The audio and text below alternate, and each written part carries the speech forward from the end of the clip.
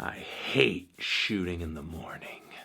Hi everyone, Wakefany Uptano here, the internet's busiest music nerd, and it's time for a review of the new Tierra Whack album, Whack World. This is the self-released debut album from Miss Whack, a Philly rapper, singer, and songwriter, who I happened into based off of a few personal recommendations in the DMs. And those are recommendations I'm glad I took because I was pleasantly surprised by this thing. By just how enjoyably artsy, weird, and cute this project was. This thing is 15 tracks and 900 seconds long, meaning that every single song on here ends at exactly 1 minute. The whole thing just seems like a quirky musical challenge to pack all of these very short tracks with some semblance of a song, but also to cover a lot of stylistic bases, leave an impression on the listener, and somehow make it all kind of work together as an album. And even though the tracks on this record are kind of short, I do think Tierra puts a lot of effort into what she displays to the audience here.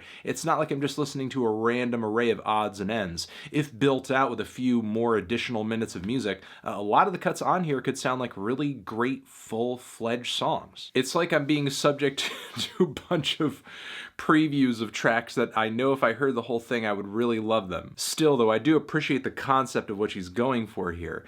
And just from a stylistic standpoint, from an aesthetic standpoint, I can certainly recommend this project to fans of Tyler the Creator or No Name or maybe Dram, some solo Kevin Abstract. I'd say Frank Ocean as well, though it's kind of hard to dig into Whack's influences beyond her contemporaries because, again, the songs on here are so short that it's a little difficult to place. It's kind of hard to get a full taste of what she's going for sometimes. There's quite a bit of variety in the track list on this thing. It's like a random array of contemporary or alternative R&B, pop rap, trap rap, some auto-croon stuff, jazz and soul influences coming through on some of the chord progressions and vocal melodies, and a lot of what's here seems to just kind of be filtered through this DIY bedroom pop lens. There's also a super sharp sense of humor coming through on some of the instrumentation and especially the lyrics on this thing. However, that element of comedy that occasionally pops up,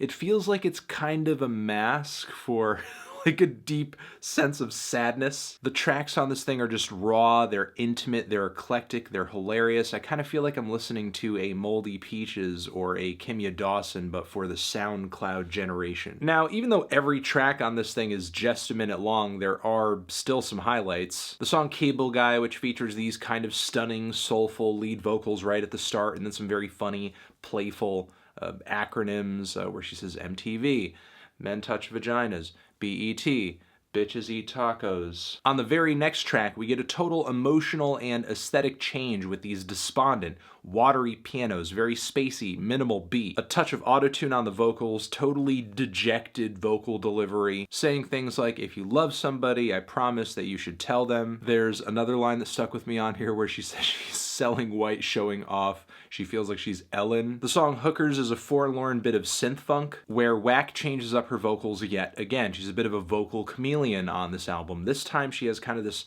mumbly, slurred delivery. It's really kind of the synths and the hard grooving beat on this track that steal the show, that and the ching ching ching hook that is incredibly sharp. However, the track ends in the midst of like another repetition of this hook. It's one of the many moments on this project that's just like, ugh, why did it end? I love it. It's so endearing. Why does it have to be over? But then again, there are other tracks on here which feel somewhat satisfying with their 1 minute length anyway, and manage to leave a strong impression melodically or lyrically anyway. Like on Hungry Hippo, which features these very bright, glossy synthesizers, Whack singing about this guy liking her diamonds and her pearl, and she says, thank you, I designed it. I also love the plinky pianos and rich background vocals on the track Pet Cemetery. Lyrically, Whack kind of delivers like an ode to a dead pet, with of course like some dog barking samples here and there. It's like a really cartoony track, and that's another thing about these songs.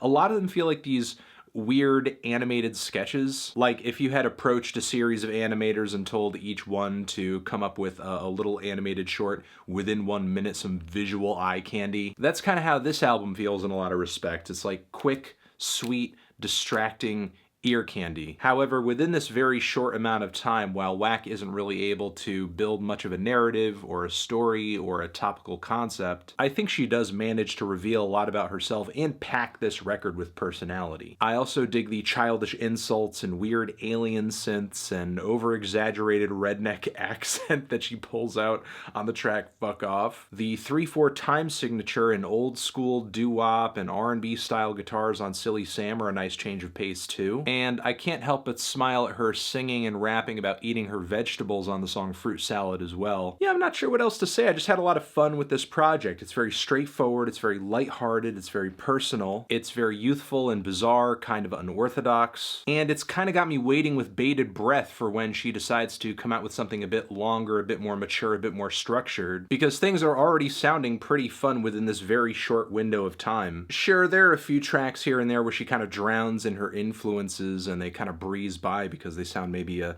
bit too drenched in auto-tune, the production is a bit too bland, there's just not as much personality or eccentricity, and I think I'm just going to leave it at that. I'm feeling a strong 6 to a light 7 on this thing. Transition, have you given this album a listen? Did you love it? Did you hate it?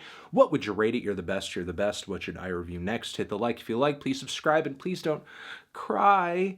Hit the bell as well. Over here next to my head is another video that you can check out. Hit that up or the link to subscribe to the channel. Anthony Fantano, forever.